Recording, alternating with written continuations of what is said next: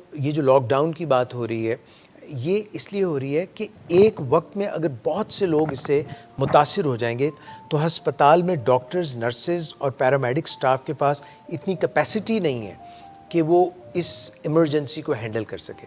تو اگر کم لوگ آہستہ آہستہ آئیں گے تو وہ ہینڈل ہو جائیں گے. وینٹیلیٹرز جو ایکسٹریم، جب کسی کے پھیپھڑے کام نہ کریں، کیونکہ یہ بیماری جب زیادہ ہوتی ہے تو نمونیا ہو جاتا ہے، ڈبل نمونیا ہو سکتا ہے، دونوں لنگز جو ہیں، دونوں پھیپھڑے افیکٹ ہو جاتے ہیں. تو ایسی صورت میں نظام تنفس خود سے کام نہیں کر سکتا اور ریسپریٹری فیلئر ہو سکتا ہے. تو ایسے میں وینٹیلیٹر کی ضرورت ہے، مگر ہمارے پاس اتنے وینٹیلیٹرز ہیں نہیں. تو ہمارے میڈیکل سسٹم کے اوپر، صحت کے سسٹم کے اوپر، تاکہ لوڈ کم سے کم رہے، تو اس لیے سوشل ڈسٹینسنگ بہت ضروری ہے. اس لیے ضروری ہے کہ بہت زیادہ لوگ ایک دم اس وبا میں متاثر نہ ہوں. اور اس سے وہ جو گراف ایک بنتا ہے، بہت زیادہ لوگ جب متاثر ہوتے ہیں، اس کو اگر فلیٹ کر دیں، کم لوگ متاثر ہوں، تو ہمارا میڈیکل سسٹم اس کو ہینڈل کر سکے گا. دوسری بات یہ ہے کہ جب میڈیکل سسٹم کرونا وائرس کے کیسز میں سارا کھپت ہو جائے گی، سارے اس میں لگ جائیں گے، تو باقی بیماریاں جو ہے، دل کی بیماری ہے اور بیماریاں جو جان لیوا ثابت ہو سکتی ہیں، وہ بھی اگر اس میں جت جائیں گے تو ان کا خیال کون رکھے گا؟ ان کو بھی تو ضرورت ہے نا. اس کے کرونا وائرس کے علاوہ بھی تو میڈیکل ایمرجنسیز چلتی ہی رہیں گی. تو اس سارے سینیریو کو اگر ہم سمجھیں تو بیسٹ یہ ہے کہ ہم ایک تو حفاظتی تدابیر اپنائیں اور دوسرا اپنی قوت مدافعت کو بہتر بنائیں.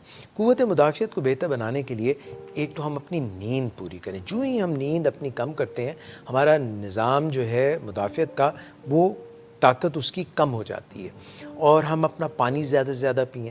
ہم جو ہے اپنی واک کریں، کمروں میں کر سکتے ہیں، گھر میں کر سکتے ہیں، گھر کی چھت پہ کر سکتے ہیں. دھوپ میں جائیں. دھوپ میں جانے سے جو ہماری باڈی کے امیونٹی ہے وہ بہتر ہوتی ہے.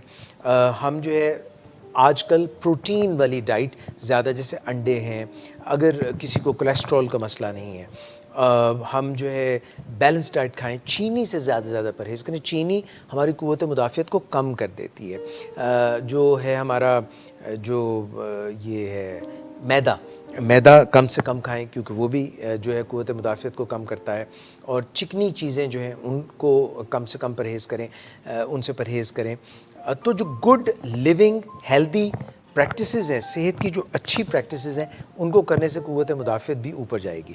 اسی طرح سے جو ہم بالکل ایکسرسائز نہیں کرتے ہیں تو اس سے بھی ہماری قوت مدافعت کم ہوتی ہے. بہت ہیوی ایکسرسائز کرنے کو نہیں کہہ رہا، مگر واک کرنا، متحرک رہنا، چلتے پھرتے رہنا، اور جو نیگیٹو تھنکنگ ہے، سٹریس ہے، اینگزائٹی ہے، ڈپریشن میں چلے جانا کہ پتہ نہیں کیا ہوگا، اس سے بھی ہماری قوت مدافعت کم ہو جاتی ہے. دوائیوں کا استعمال جو ہے وہ اپنے فزیشین سے پوچھ لیں، کیونکہ کچھ دوائیاں اس میں، جیسے بروفن وغیرہ جو ہیں، وہ منع ہیں.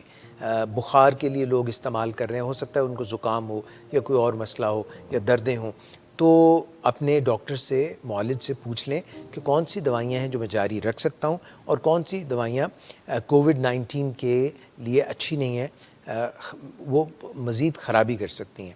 تو یہ سوشل اویئرنیس ہونا، یہ جانکاری ہونا، یہ شعور ہونا ہمیں بچا سکتا ہے. اور ان لوگوں میں ہم شامل نہیں ہوں گے جن کے اوپر کرونا وائرس ایسا اٹیک کرے جس سے نقصان زیادہ ہو.